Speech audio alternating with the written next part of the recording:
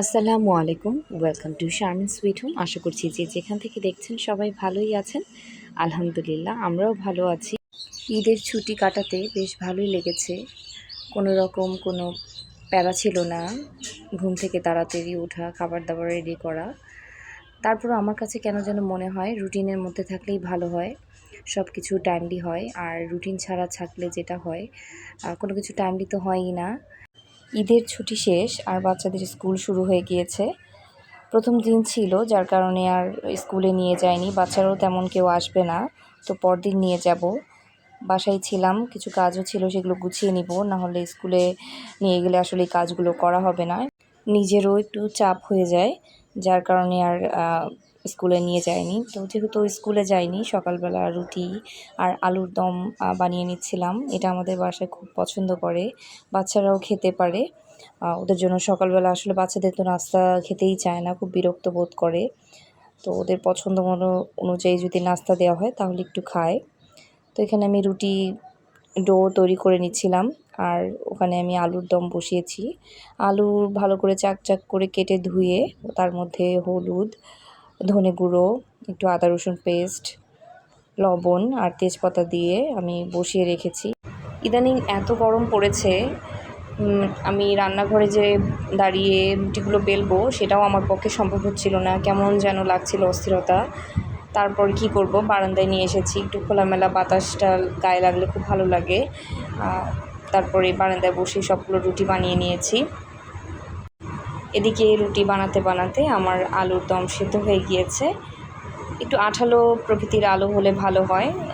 আমার এই আলুটা এত একটা আঠালো ছিল না, তারপরেও মানে আঠালো হলে আলুর দমটা খেতে ভালো লাগে। তো আমি একটু ম্যাশ করে নিচ্ছি যাতে করে একটু গ্রেভিটা সুন্দর হয়। এখন জাস্ট এটাকে একটু ঢেলে আমি এখন এটার মধ্যে ফোড়ন দিয়ে দিব, বাগার বা ফোড়ন যেটাই বলেন না কেন সেটাই দিয়ে দিচ্ছি এখন। এখানে আমি পেঁয়াজ নিয়েছি আর রসুন নিয়েছি কুচি করে।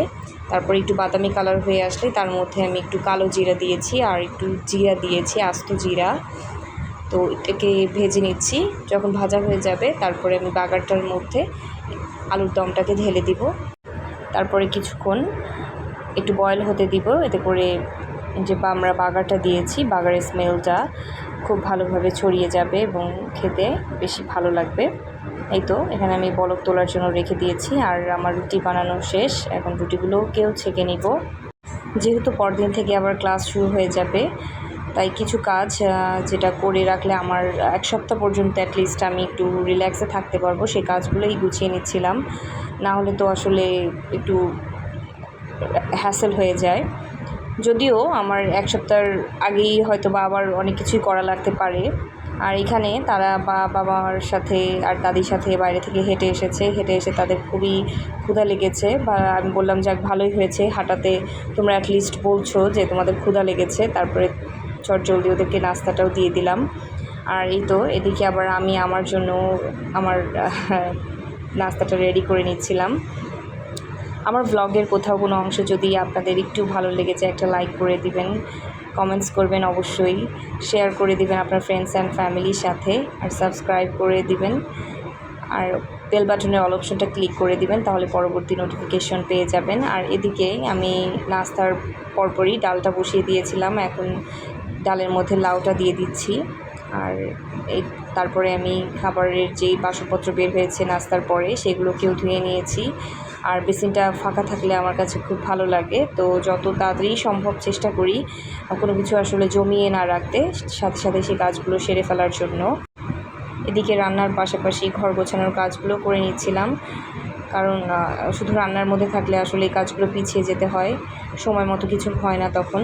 তাই আমি চেষ্টা করি রান্নার পাশাপাশি ঘরের কাজগুলোকেও ক্লিন করে ফেলার।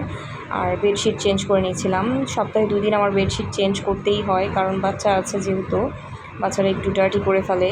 আর না বললেও আসলে ওরা বিছানায় চলে আসে। আর ওই দেখেন, বিছানা পারতে না পারতেই আমার ছেলে বিছানায় উঠে গিয়েছে, সে নামবে না, সে ওখানেই বসে থাকবে। এটা তার সবসময়ের কাজ, আমার মনে হয় অনেক বাচ্চারাই এরকম কাজ করে। আর এদিকে আমি ফ্রিজটাকেও একটু ক্লিন করে নিচ্ছিলাম, যদিও ঈদের আগে ক্লিন করেছি, তারপর ঈদের সময় আসলে অনেক খাবার দাবার রাখা হয়েছে।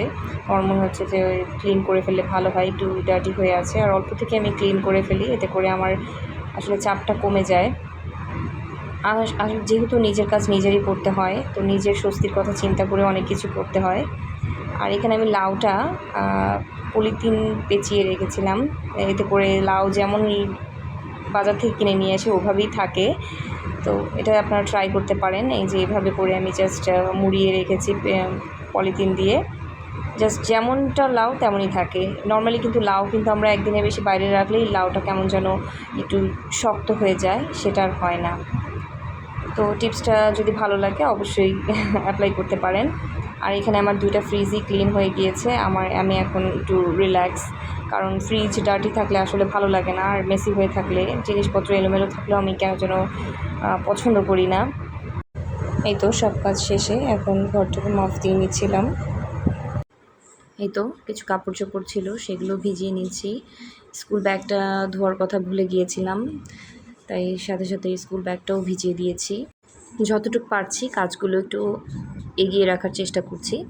আর এদিকে ওর বাবা আবার বাজার থেকে ফিশ নিয়ে আসছিলো, তেলাপিয়া মাছ। তো ওগুলোকে ভালো করে ওয়াশ করে রাখছি, একেবারে ভালোভাবে ক্লিন করে রাখছি, বারবার আর কি রান্না করার সময় কষ্ট হবে না। আর এই তো আজকের ব্লগটা এই পর্যন্তই। সবাই ভালো থাকবেন। আল্লাহ হাফেজ।